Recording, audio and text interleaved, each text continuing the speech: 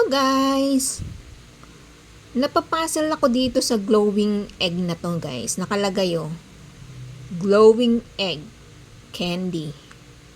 So paano nga ba to nag-glow? Hindi ko talaga maisip kung paano siya nag-glow. Ayan guys Nasa niya nakalagay ayan glowing egg. Tapos nag-glow siya dyan. Paano kaya yan guys? Hindi ko rin alam talaga. So, eto guys, tingnan natin. Buksan nga natin. Kasi nakaka-puzzle Alam mo yan. Nag-iisip ako, paano man nagiging glowing yung na to. Buksan natin guys. At alamin natin kung paano nga ba sa mga bata dyan na naglalaro nito. Paano nga ba nag-glow to? Guys, so eto, nabuksan na natin.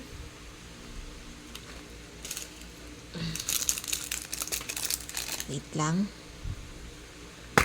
So, ayan. So, nabuksan na natin. So, eto guys. Ano to? May pito. Pito. Pito. So, eto, candy. Candy. Tapos, eto, what is this? Sticker. May sticker. Sticker ba to? Sticker nga guys. Sticker.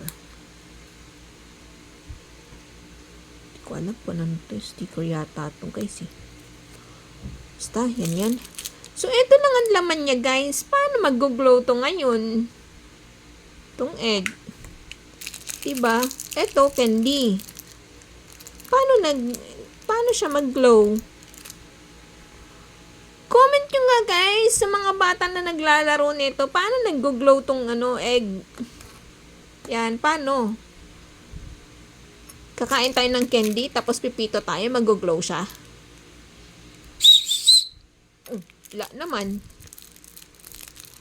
Ano yun? Paano guys? Hindi ko talaga mag-gets bakit siya naging glowing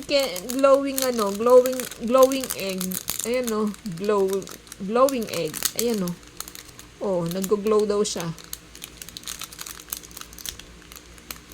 Paano? Hindi ko talaga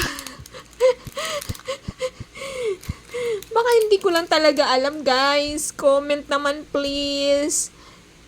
Paano mag-glow tong na to?